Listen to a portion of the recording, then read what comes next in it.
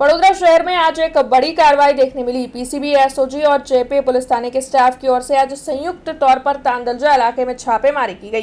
तांदलजा के चांद park Heights में ये छापेमारी की गई थी। तब आपको बता दें कि जेपी पुलिस थाने में कुछ दिनों पहले धोखाधड़ी की शिकायत दर्ज करवाई गई थी। ठगों की ओर से कर्नाटक की महिला शिकायतकर्ता के साथ ठगी की गई थी। महिला शिकायतकर्ता को सस्ते दाम पर सोना दिलवाने के नाम पर इस ठगी की वारदात को अंजाम दिया गया था। तब 15 जितने ठगों की ओर से इस महिला के साथ ठगी की गई थी। 15 में से एक श्रीनिवासन नाम का ठग ईडी का अधिकारी बना था।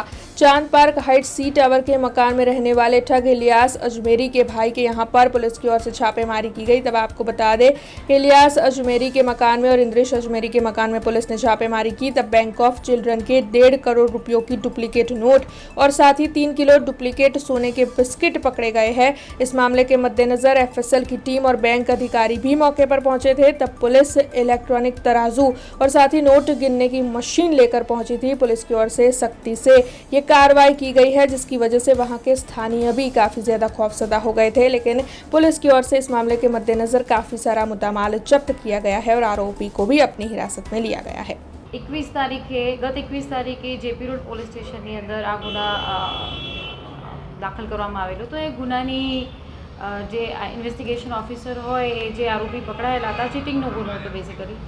આ ચીટિંગના ગુનાના આરોપીના 2 આરોપી પકડાયેલા હતા આપણી પાસે, ભરતભાઈ અને વિરલભાઈ.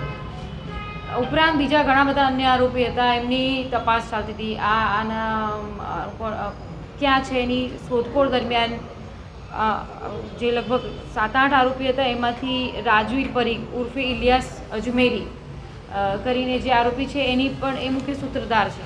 તો એ મુખ્ય સૂત્રધારના ઘરની જડતી ચાલતી હતી, એના પરિવારના માણસોની પૂછપરછ ચાલતી હતી. એ દરમિયાન અમને ધ્યાને આવ્યું કે એણે કોઈક મુદ્દામાલ આ ગુનાને લગતો અથવા તો એની પાસે જે પણ આ બધા જે આ ગુનાહી પ્રવૃત્તિ કરી છે એને લગતી કોઈક એના ડોક્યુમેન્ટ્સ એણે એના ભાઈના ઘરે મોકલ્યા છે. એટલે આ ઇલિયાસ અજમેરી જે મુખ્ય આરોપી છે એનો ભાઈ છે ઇદ્રીસ અજમેરી.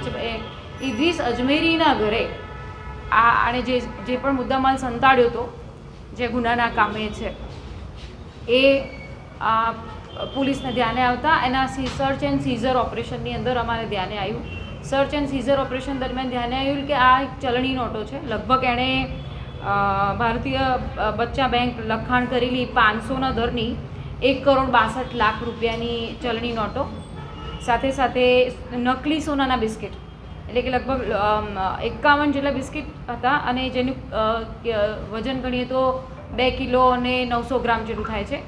આ બધું એણે એના નાના ભાઈના ઘરમાં સંતાડવાનો પ્રયત્ન કરેલો, કારણ કે આ એની એમઓ રહેલી હતી. આજે આગળનો જે ગુનો આપણે દાખલ કરેલો છે ને એની અંદરની એમઓમાં આ બધી વસ્તુ એનો ઉપયોગ કરતો હતો. નકલી સોનું, નકલી ચલણી નોટોનો ઉપયોગ કરી અને પછી લોકો પાસેથી ઠગાઈ કરવી, ચીટિંગ કરવી, એ બધા એના એમઓ રહી છે. અગાઉ પણ આ જે